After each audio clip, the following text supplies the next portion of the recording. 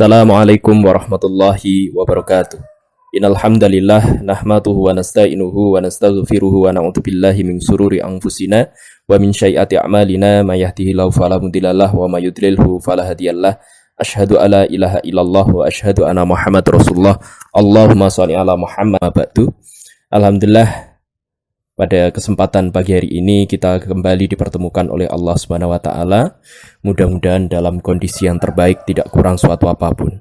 Dalam pertemuan kita kali ini kita akan membahas tentang persoalan tarekat. Jadi sebagaimana sudah kita bicarakan pada pertemuan-pertemuan dahulu, ada beberapa hal yang menarik untuk kita amati dalam dunia tasawuf. Salah satunya adalah keberadaan tarekat. Pada awalnya Islam tidak mengenal adanya sebuah gerakan batin terorganisasi dalam suatu ordo. Para sufi secara mandiri mengembangkan metodenya sendiri untuk menuju Allah. Tapi pada giliran selanjutnya itu kemudian muncul kelompok-kelompok sufi yang terdiri dari seorang guru. Guru ini biasanya disebut sebagai mursyid dan juga murid-muridnya. Guru-guru itu menyelenggarakan proses pembelajaran untuk hakikat batin. Di bawah bimbingan seorang guru, murid-murid itu akan berusaha untuk mendisiplinkan dirinya dengan mengikuti arahan dan bimbingan, sesuai dengan metode dan pendekatan yang dikembangkan oleh gurunya. Sejumlah metode, pendekatan, dan pencapaian yang diperoleh dalam kurun lintasan sejarah, jadi berdasarkan kronologi munculnya tasawuf awal sampai akhir, itu kemudian diseleksi sedemikian rupa, dibagukan dan diperkuat dengan berbagai landasan argumentasi atau dalil atau hujah gitu ya. Sehingga masing-masing aliran itu kemudian memiliki karakteristik praktek dalam memasuki dunia batin yang bersifat macam ini, maka kemudian beragam thariqah itu kemudian muncul. Jadi beberapa thariqah sufi itu kemudian terbentuk. Jadi bisa dikatakan para sufi terdahulu itu sebelumnya mereka memiliki metode sendiri untuk mendekat pada Allah.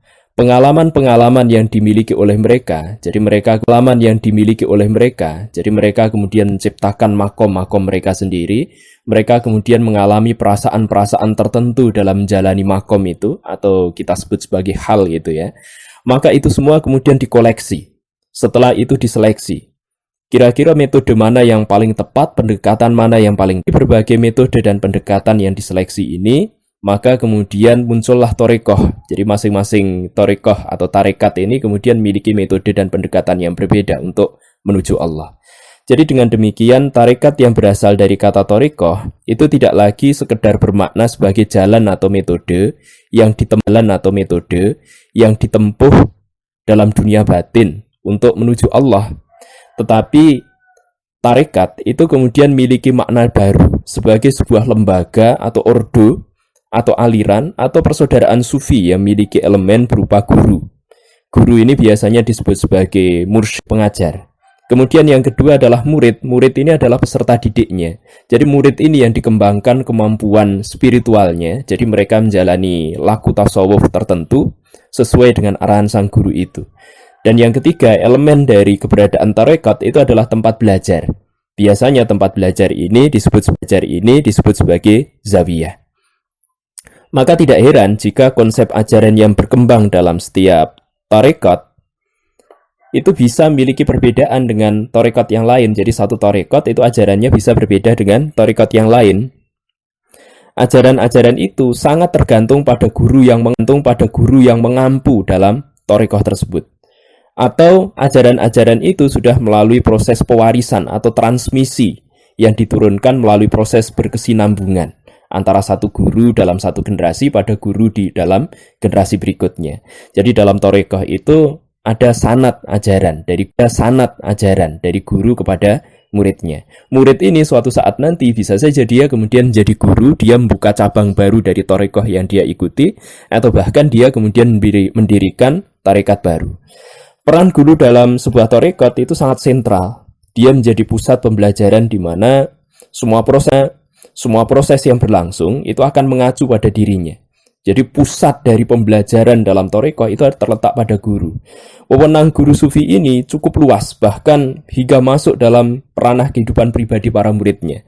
Jadi nanti ada proses baiat yang berlangsung. Dalam proses baiat ini memungkinkan seorang guru itu menang atau otoritas yang dimiliki oleh seorang guru ini, maka tidak jarang kemudian terjadi penyimpangan dalam proses pembelajaran. Baik penyimpangan itu berupa konsep ajaran atau penyimpangan dalam bentuk-bentuk yang lain.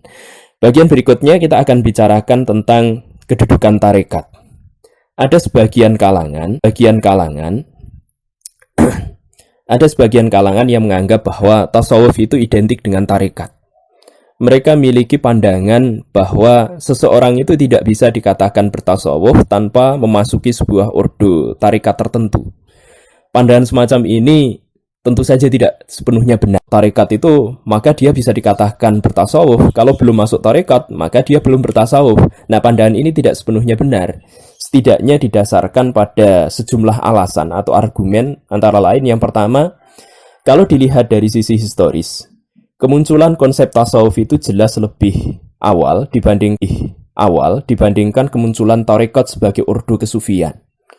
Maka tidak mungkin kita kemudian mengatakan bahwa orang yang sudah mengenal tasawuf jauh sebelum lahirnya aliran tarekat sufi itu dianggap tidak bertasawuf. Kalau pandangan ini kita anggap benar, maka banyak orang-orang yang tidak bertasawuf di masa lampau. Jadi misalnya Imam Al-Ghazali itu, beliau lahir pada saat aliran tarekat belum ada. Apa kemudian kita akan mengatakan bahwa Imam Al-Ghazali itu berarti tidak bertasawuf? Tentu saja tidak begitu ya. Kemudian yang kedua, alasan yang menunjukkan bahwa pandangan ini, setiap konsep yang diajarkan dalam tarekat itu biasanya mengambil rujukan dari konsep yang berlaku dalam syariah. Jadi tarekat itu mengambil ajaran dari syariah, terutama pasca diluruskan oleh Imam Al-Ghazali gitu ya. Sementara konsep-konsep ini telah ada lebih dulu dibandingkan munculnya tarekat sufi. Keberadaan tarekat sufi yang mengajarkan konsep-konsep yang justru menyimpang dari syariah itu tentu tidak termasuk yang kita bicarakan dalam persoalan ini. Jadi dalam pelaksanaan syariah, seseorang yang menjalankan ajaran agama itu tidak hanya dituntut untuk tunduk secara fisik dengan melaksanakan ibadah-ibadah formal, tapi mereka juga diminta, bahkan wajib itu ya, untuk membawa hati dalam sholatnya, dalam zakat yang mereka keluarkan, dan dalam pelaksanaan haji. Jadi dalam menjalankan ibadah, misalnya ketika kita sholat itu kan bukan hanya gerakan-gerakan badan, tapi sholat itu juga kan gerakan badan. Tapi sholat itu juga harus menyertakan hati. Jadi dalam sholat itu kita harus membawa hati kita untuk sampai kepada Allah. Jadi dengan demikian, seseorang yang menjalankan agama dengan baik, disertai dengan ketulusan jiwa untuk menuju Allah, dilihat dari sisi hakikat, sebenarnya mereka sudah melaksanakan aktivitas secara khusus bahwa dirinya saat itu sedang bertasawuf. Ketika dia tulus kepada Allah, maka hakikatnya dia sudah bertasawuf. Yang ketiga, alasan yang ketiga, dilihat dari cakupan tasawuf, maka kedudukan antara tasawuf dan tarekat itu, kalau kita umpamakan gitu ya, itu seperti kedudukan Indonesia dan Jadi dalam perumpamaan ini, Indonesia itu adalah perumpamaan dari dunia tasawuf, sementara Madura itu adalah perumpamaan tarekat. Madura itu adalah bagian dari Indonesia, tetapi Indonesia itu belum tentu Madura. Jadi hubungan ini bisa belum tentu Madura. Jadi hubungan ini bisa dimaknai bahwa Madura itu adalah salah satu wilayah yang ada di Indonesia. Tetapi Madura itu bukan merupakan wilayah satu-satunya. Jadi hal yang sama dapat dikatakan tarekat, maka seseorang itu bisa dikatakan bahwa dia sudah masuk dalam perjalanan ruhani tasawuf.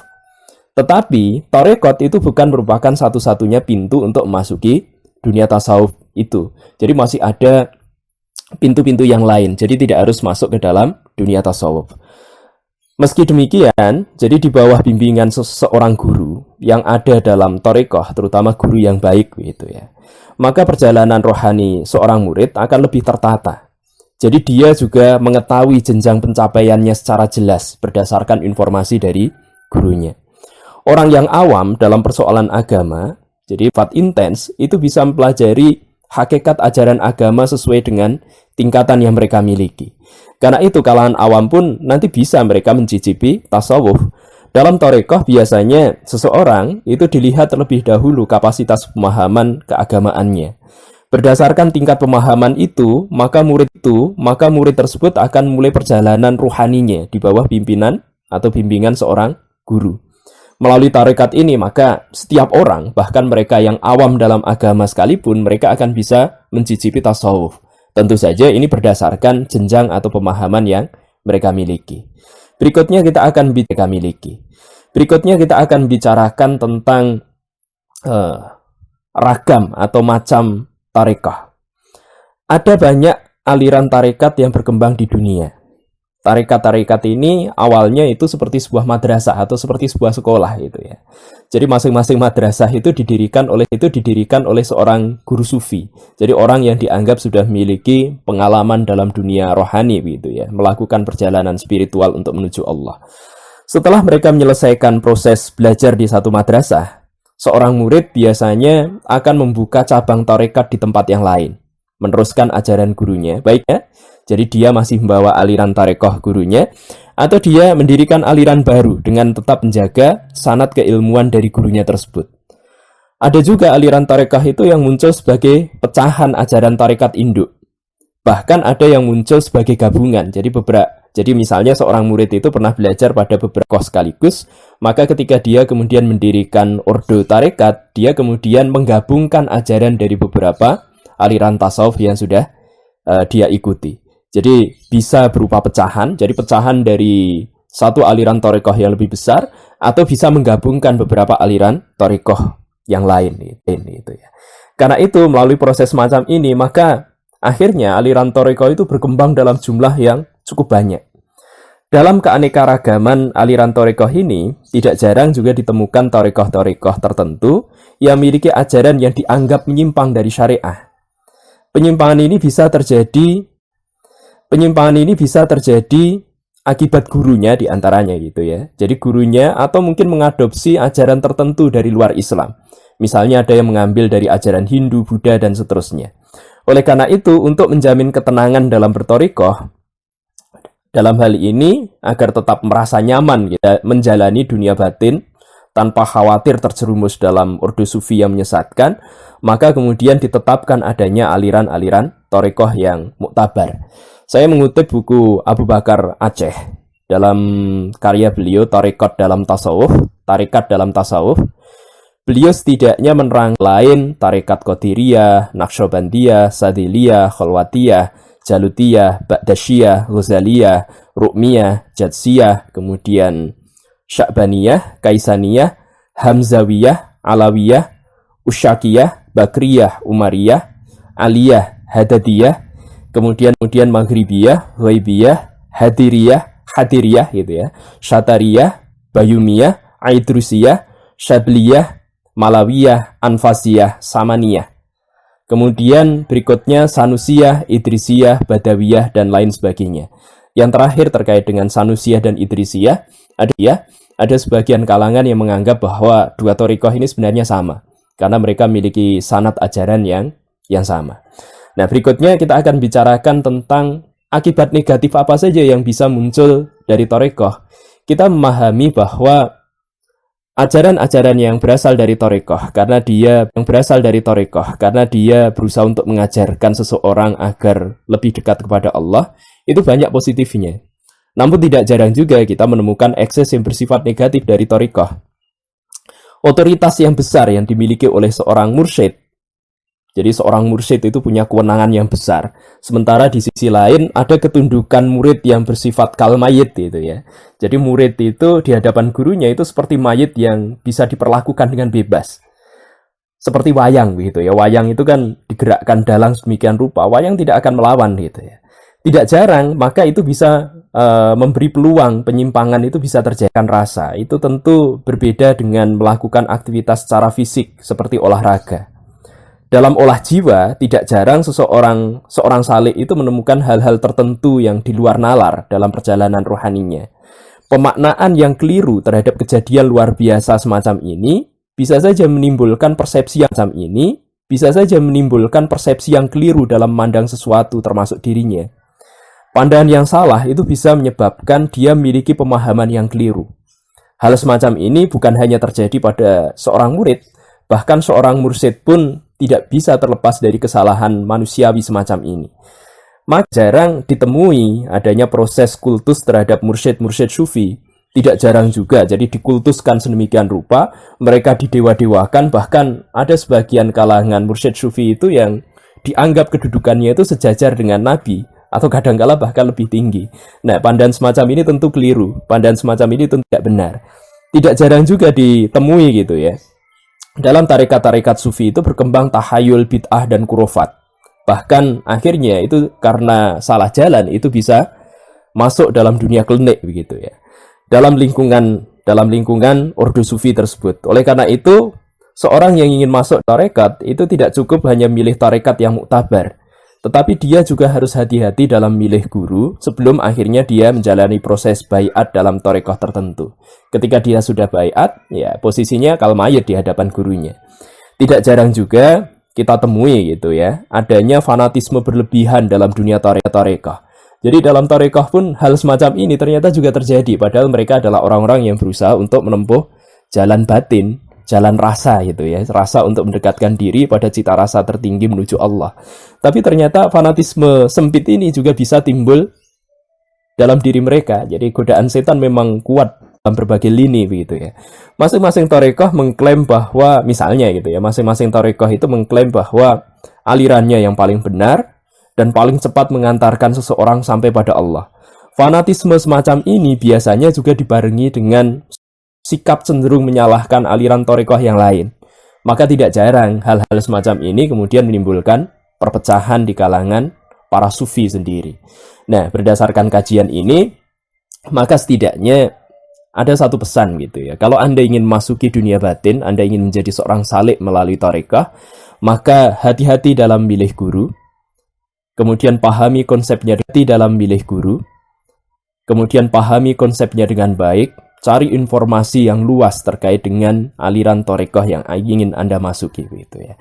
Saya kira itu kajian kita pada kesempatan kali ini. Pembahasan lebih lengkap silahkan Anda membaca buku Anda. Mohon maaf atas segala kekurangan. Billahi taufik wal hidayah. Wassalamualaikum warahmatullahi wabarakatuh.